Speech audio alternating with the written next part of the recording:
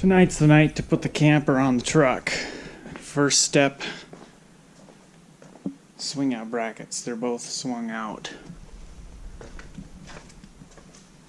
Cord. I always store my power cord on the jack, that way I don't forget it. There was one time where I did a quick local trip and I left the power cord off.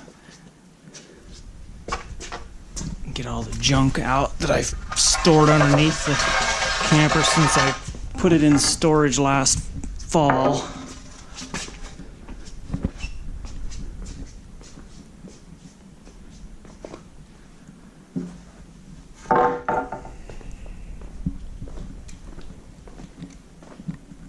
I also store all of my hitch extensions and tie downs and fast guns under there.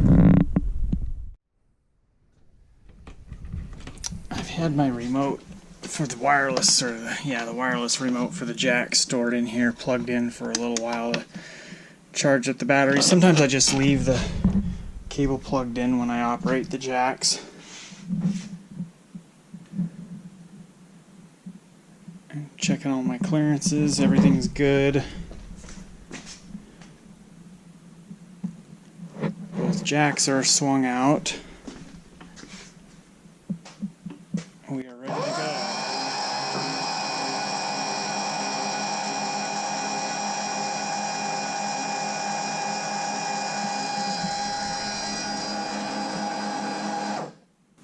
I store the camper set down on some stacks of lumber.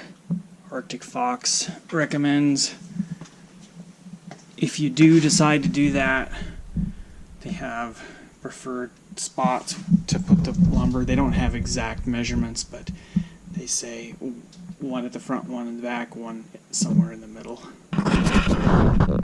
So I've raised the camper up about 4 inches. I'll go ahead and pull my stacks of lumber out and put them aside for storage. I've got a piece of wood here. It's wrapped in indoor-outdoor carpet. It's two 2x6s stacked. This is the width. I think they're probably cut down to about 4.5 inches or so. That's my spacer that I use to keep the camper off the front of the truck bed. In a little bit here I'll show you why I have that spacer.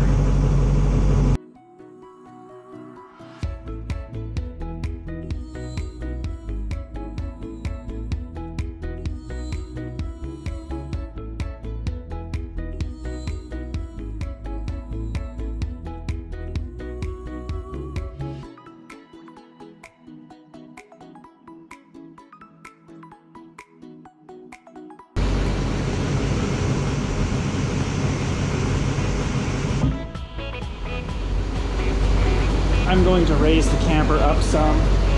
I like to have this area right here higher than this.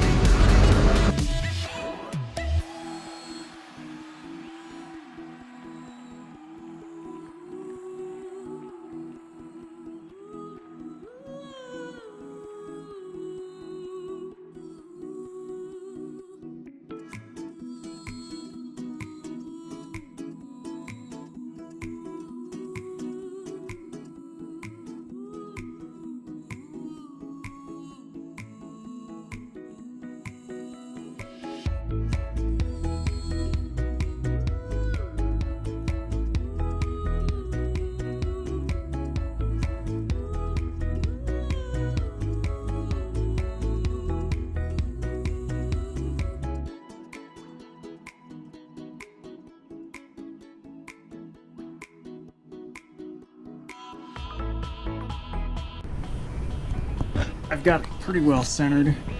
I use my fist as a guide on my hand. Kind of hard to see in the dark there, but I just about can get my hand right. And then at the back,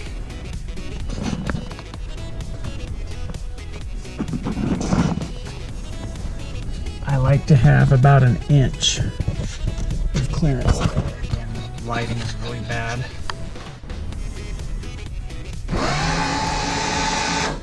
I checked all my clearances on each side at the front and the back, and one thing that my dealer told me that you can do to make some final adjustments, either forward, back, or side to side, you don't want to do it a whole lot, but for example, I needed the camper to come forward just a little bit, so instead of backing the truck up and running the risk of backing it up too far, you can lower the front two jacks and the camper will kind of tilt forward just a little bit and eliminate any kind of a gap.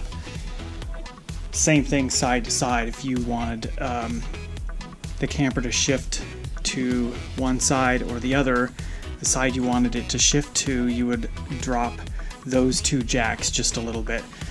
So when I do that, I'm only making very, very minimal amount of adjustments, like maybe to give myself a ½ inch more clearance, and to do that I'll just tap the jacks about like this, and that usually shifts the camper just enough to do what I needed it to do.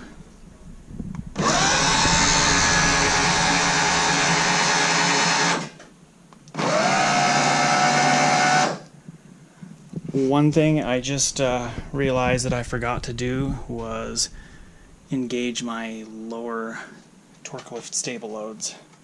So I'm not going to drop the camper down all the way yet until I take care of that. As I lower the jacks, I kind of do a walk around and make sure everything looks okay.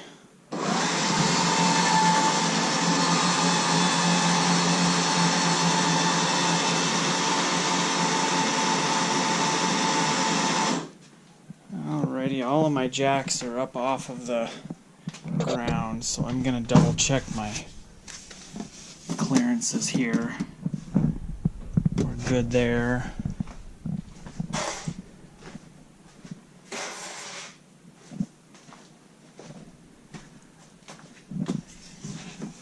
We're good back here. And not bad there.